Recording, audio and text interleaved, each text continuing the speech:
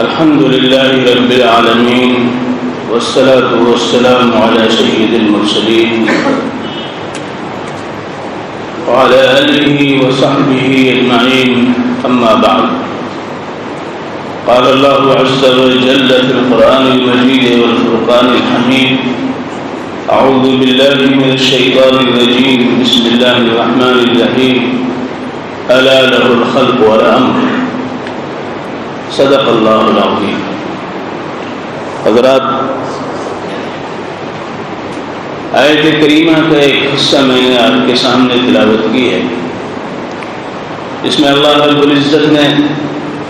اپنی قدرت کاملہ اور اپنی خلاقیت اور صانعیت کا بھرپور مظاہرہ فرمایا ہے، اس طور پہ کہ سن لو کان کھول کر کے کہ پیدا کرنا اور حکم دینا اسی کو زیبا دیتا ہے۔ اس دنیا کے اندر، اس کائنات کے اندر، زمین اور زمان کے اندر حکم اللہ کا چلتا ہے، کسی اور کا نہیں چلتا ہے۔ سب معذور ہیں، مجبور ہیں، سب کمزور ہیں، بے مایہ اور کم مایہ، بے بدعات ہیں۔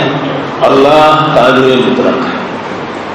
اس نے زمین کو پیدا کیا، آسمان کو پیدا کیا، فضاؤں کو پیدا کیا، ان کی تقسیم کی، ان میں خصوصیات رکھے۔ اسی طرح اس مالک نے زمان کو بھی پیدا کیا، زمانے کو بھی پیدا کیا اور زمانے کی بھی تقسیم کی، کسی کو کسی پر فضیلت بخشی، کسی کو کسی پر بابرکت قرار دیا۔ چنانچہ اللہ عز و جل نے زمانے کی جو تقسیم کی تو 12 مہینوں میں تقسیم فرمائی، اور یہ فرمایا کہ کتاب لوح محفوظ کے اندر 12 مہینے ہی درج کیے گئے، اور وہی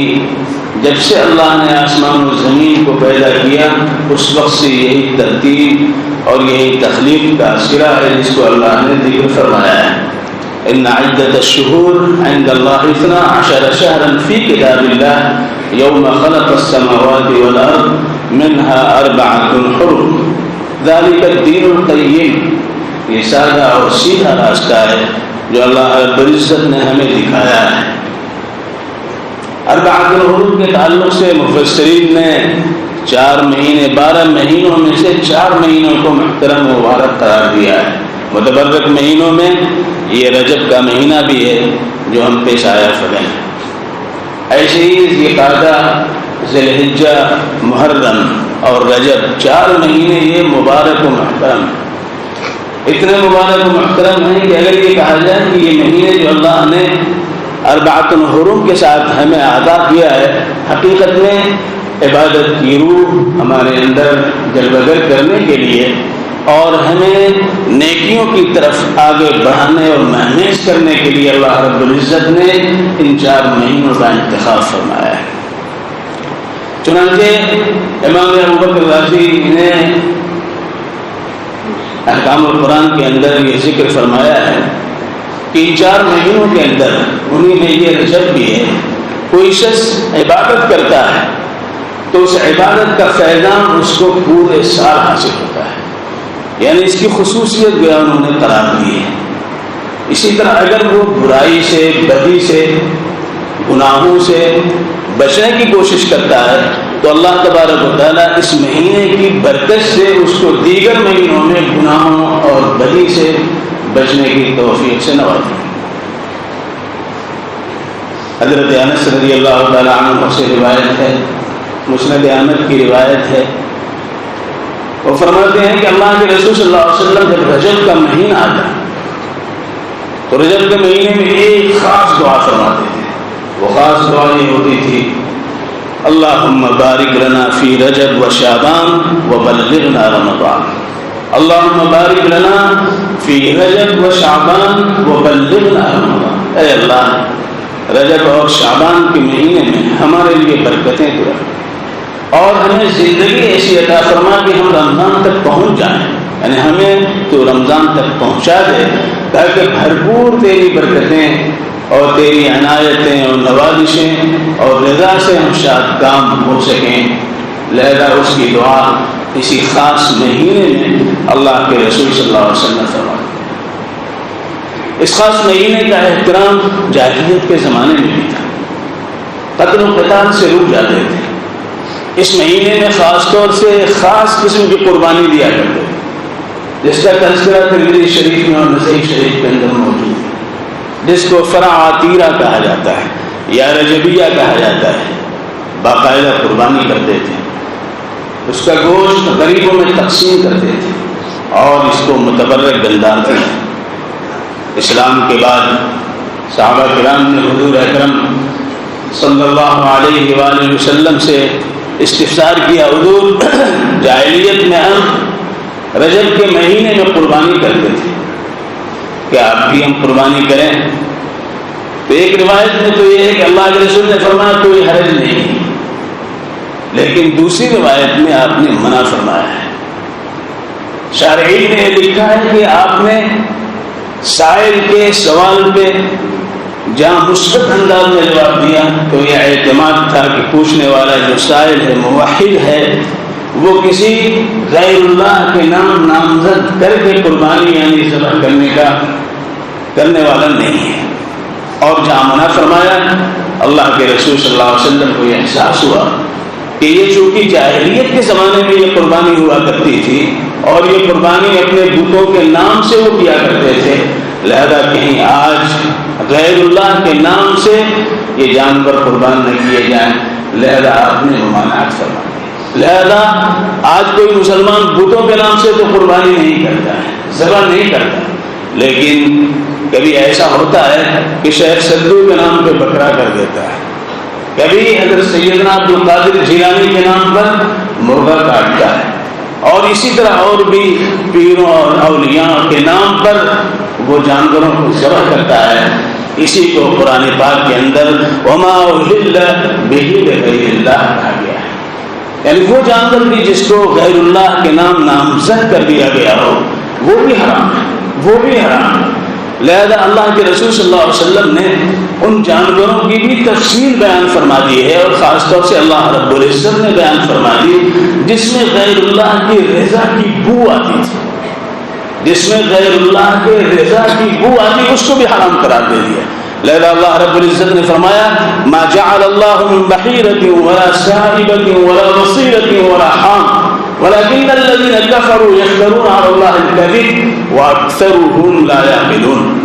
اللہ تعالی فرماتے ہیں کہ اللہ رب العزت نے مقرر نہیں کیا کار ثواب بتا کر کے بحیرہ کو، سائبہ کو، وسیلہ کو اور حام، یہ چار قسم کے جانور تھے جن کو بڑے مبارک سمجھتے تھے۔ بحیرہ کو چھوڑتے تھے، یعنی اونٹنی جو دودھاری ہوتی تھی دودھ والی، اس کے دودھ کو بتوں کے لیے وقف کر دیتے تھے اور جانور سے کہ دودھ کو استعمال نہیں کرتے تھے، لہذا اس کو بحیرہ کہتے تھے۔ صاحبہ سانڈ اور بھینسا جیسے چھوڑ دیتے ہیں کالی کے نام پر، بھوانی کے نام پر، دیگر غیر اللہ کے نام پر، ایسے ہی وہ اپنے بتوں کے نام پر نر اونٹ چھوڑ دیا کرتے تھے۔ اللہ تبارک و تعالیٰ نے فرمایا کہ اللہ نے اس کو مقرر نہیں کیا ہے۔ اسی طرح سے وسیلہ ایسا اونٹ، ایسا نر اونٹ جو ایک طویل عرصے تک وہ جفتی اس نے کیا ہو اور کثیر توالد تناسل کا وہ محرک ہوا ہو، ایسے اونٹ کو بھی وہ اپنے بتوں کی رضا کے لیے چھوڑ دیا کرتے تھے۔ ایسے ہی وہ اونٹنی حام جس کو کہتے ہیں، وہ اونٹنی ہوتی تھی جو مسلسل مادہ جنتی تھی، اونٹنی جنتی تھی، لہذا اس کو مبارک سمجھتے تھے اور اس اونٹنی کو اپنے بتوں کے نام پہ چھوڑ دیا۔ لہذا غیر اللہ کے نام سے اگر کسی بھی جانور کو خواہ چھوٹا ہو یا بڑا اگر نامزد کر دیا گیا اس کی رضا کو حاصل کرنے کے لیے، اس کی خوشی کی تمنا دے کر کے، تو وہ حرام ہے، اس کا کھانا حرام ہے اور یہ عمل حرام ہے۔ تو اللہ تبارک و تعالیٰ نے ایک تفصیل بیان فرما دی۔ تو اللہ کے رسول صلی اللہ علیہ وسلم نے رجبیہ جو رجب کے مہینے میں جو کیا جاتا تھا، جو قربانی کی جاتی تھی، اس لیے حرام قرار دیا اور منسوخ فرمایا اور حکم دیا نہ کرنے کا کہ اس میں یہ گویا کہ ایک بو آتی تھی غیر اللہ کے نام جو قربانیاں جاہلیت میں ہوتی تھیں، اور یہاں پر صرف اللہ کے نام سے قربانی ہو سکتی ہے۔ بعض لوگ کہتے ہیں قربانی بھی تو غیر اللہ کے نام سے، زید کے نام سے قربانی ہو رہی ہے، بکر کے نام سے قربانی ہو رہی ہے، یہ کیا صاحب، یہ جب اگر جائز ہے تو حضرت خواجہ جیلانی کے نام پہ ہو تو وہ ناجائز کیوں ہے، حرام کیوں ہے؟ دونوں میں فرق یہ ہے کہ وہاں ان کی رضا کے لیے وہ ذبح کر رہا ہے اور یہاں اللہ کی رضا کے لیے وہ ذبح کر رہا ہے۔ زید کی طرف سے قربانی ہے تو زید اللہ کو راضی کرنے کے لیے قربانی دے رہا ہے، قربانی کر رہا ہے اور سنت ابراہیمی پر عمل کر رہا ہے، حضور کی سنت کو سامنے رکھتے ہوئے کر رہا ہے، اور وہاں نہ سنت ابراہیمی ہے نہ سنت محمدی ہے، وہ شخصیت ہے جس سے اس نے منت مان رکھی ہے، اور اس کی منت اس کے گویا کے احساس کے اعتبار سے اگر وہ پوری ہو گئی تو اب راضی کرنا چاہتا ہے، اور یہ سمجھتا ہے کہ اگر میں ایسا نہیں کروں گا تو ہم کسی ہلاکت میں، بربادی میں اور اجبار کے شکار ہو جائیں گے۔ لہذا دونوں کے اندر یہ فرق ہے۔ تو رجب کا مہینہ، اسی طرح سے یہ رجب کا مہینہ بڑا بابرکت ہے۔ تحویل قبلہ کا واقعہ اسی رجب کے مہینے میں ہوا ہے، تبوک کا واقعہ اسی رجب کے مہینے میں ہوا ہے، اور یہی نہیں بلکہ معراج نبوی کا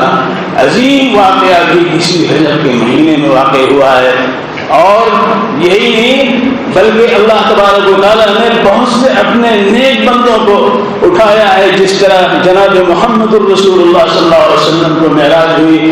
بہت سے محدثین کی فہرست لوگ گناتے ہیں کہ یہ رجب کے مہینے میں ان کی وفات بھی ہوئی ہے۔ تو یہ رجب کا مہینہ بڑا بابرکت مہینہ ہے، اللہ سے قرب کا مہینہ ہے، لہذا ہمیں اس میں عبادت کا ذوق بھی پیدا کرنا چاہیے، شوق بھی پیدا کرنا چاہیے، اور اللہ کی رضا کے لیے اس کو